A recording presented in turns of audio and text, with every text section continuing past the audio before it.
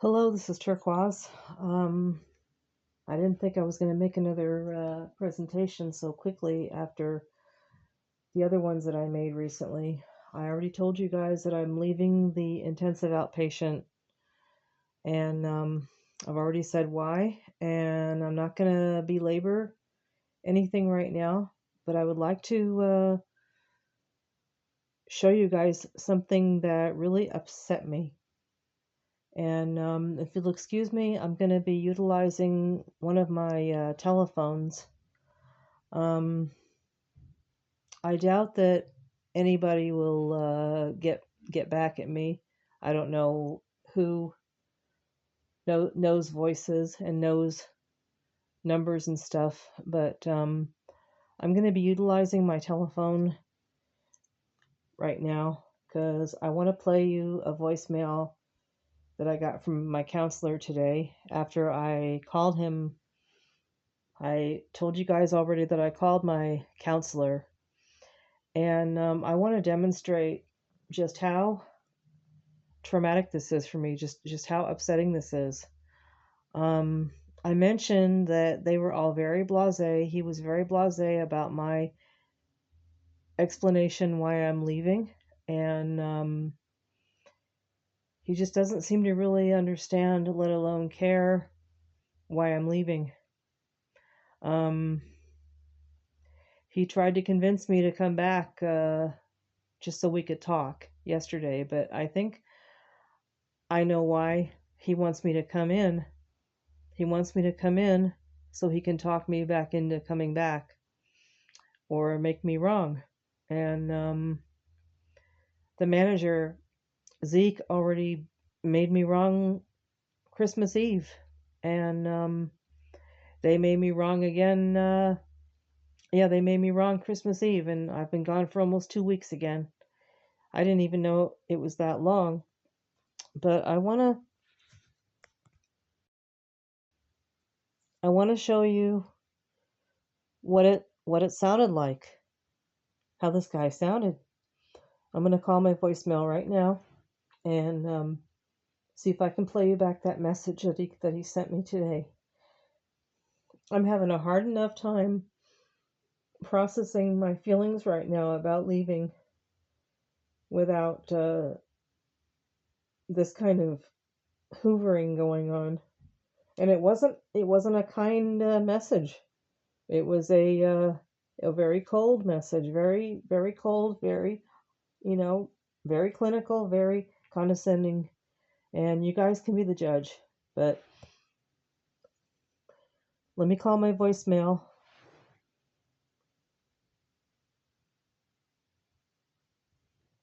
Press 1 to retrieve your own voicemail box.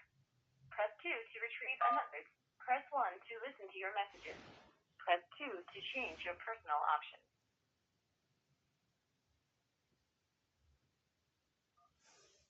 Hold on.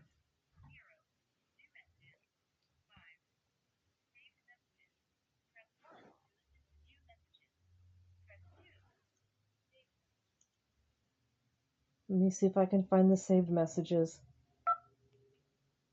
Hi, good afternoon, Carol. I hope you are doing well. Just give you a call just to discuss.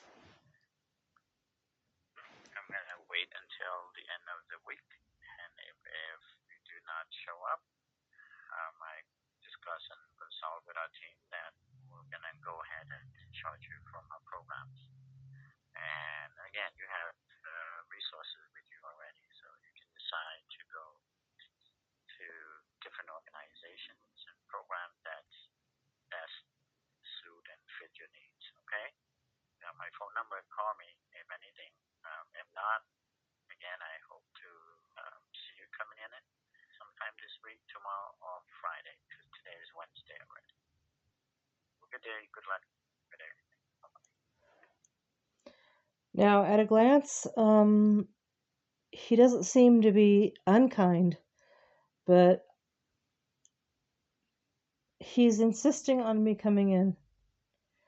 There was something about his tone of voice that made me think, gee willikers, I wish I could come back.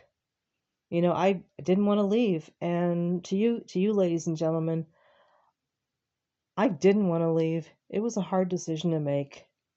It truly was.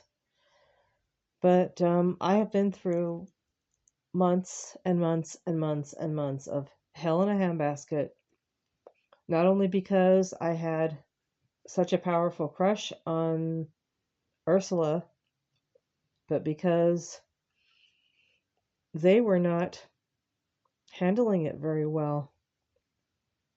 Um, this man, I'm not going to divulge too much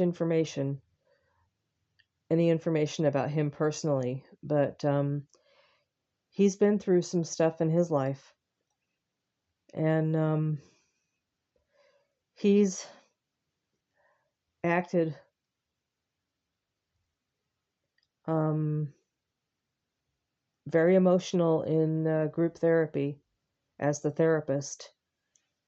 He hasn't been able to show any political or social detachment. And I think I brought that up with the director one time, and he stopped doing that after a while.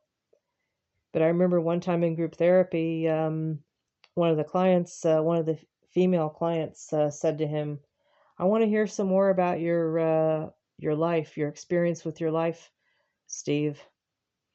And he said, "Well, I think I pretty much told you guys already." And I thought he probably did get told not to talk about his political stuff, and I was kind of glad because not only do I not agree with many of his political beliefs, but I think he's got sort of a thing going on inside him too. And I'm not a psychiatrist; I can't diagnose him, but I think he's got some issues in his life he hasn't yet resolved or resolved properly. Otherwise, he wouldn't be feeling like he has to talk down to other people or act like he's better than other people. So anyway, I'm not gonna belabor it, but I'll let you guys be the judge, and I'm gonna open the comments, but I'm gonna moderate them, and I'm gonna let my mentor Ani help moderate them as well. If you leave an unkind comment, it will be deleted. But if you leave a comment that we think is insightful and supportive, and even I'll even welcome some constructive feedback if you need to give me that, because I too don't think that Steve is an unkind individual. I think he's been trying to understand me. I kind of sense that, but he really doesn't. He really doesn't believe that I'm being mistreated there because I'm gay, and the political beliefs that he holds, that he's expressed in group, have been consistent with some political beliefs about LGBTQ, and it doesn't quite align with my beliefs and my views. We all have a right to that, but in the therapeutic environment, if there's a conflict like that can be counterindicative.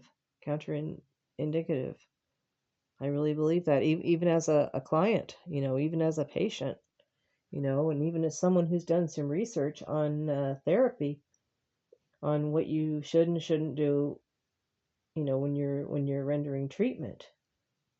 So yeah, at a glance, nothing wrong with what he said, but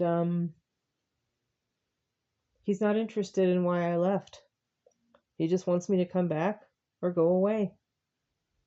I offered to have a discussion over the phone about my future, but he didn't want to do that. And his tone of voice, he talks to me like this, and I'm kind of using that tone of voice right now. And my tone of voice right now is a little defensive, and I think his is too. And it's if we got together right now, it would probably be an argument. I don't want to argue with him. I already told him why I'm leaving, and I told him why I wanted to leave before, and I told him I didn't want to leave, but I told him why I needed to leave. After this episode, you may hear me process my feelings about having to leave. It was a difficult decision to make. I've been gone since the day after Christmas now, and I need to mourn. I feel like I just had to leave a dysfunctional family. I've been watching YouTube videos about gay people who have had to leave their families or got kicked out of their families because they didn't like them being gay.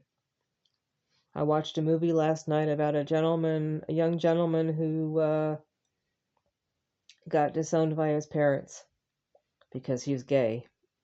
Their attitude was, "I love you, but I can't. We can't support. I can't support your lifestyle." They called it a lifestyle, not an orientation. Um,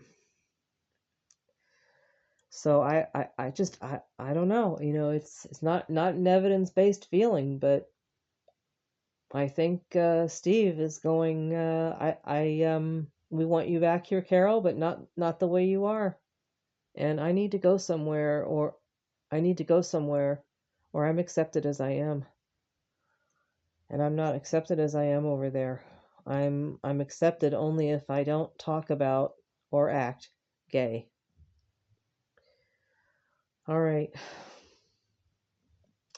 Peace, everyone. You're loved. God bless you.